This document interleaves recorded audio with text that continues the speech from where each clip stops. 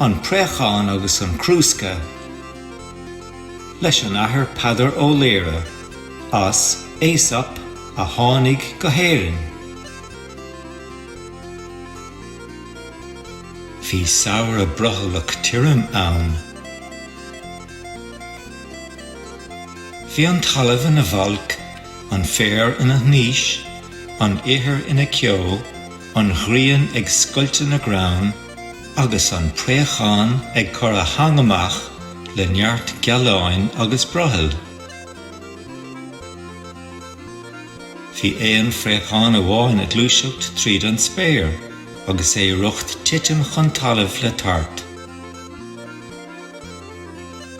Chonaic sé Crúsca ar thaobh mhóthair, siúd an uas é, féachant an raibh uisce sa Crúsca.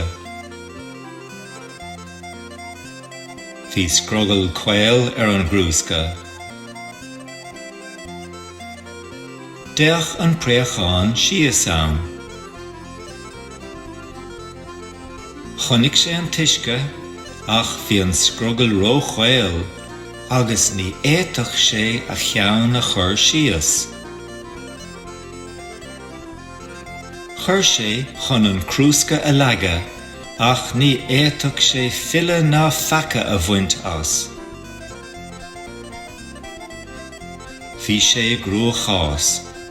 Ba thrua an Scéal é an nearra an anama le tart, agus an tuisce an siúd os cóir a thúil dá bhéadach sé tacht air.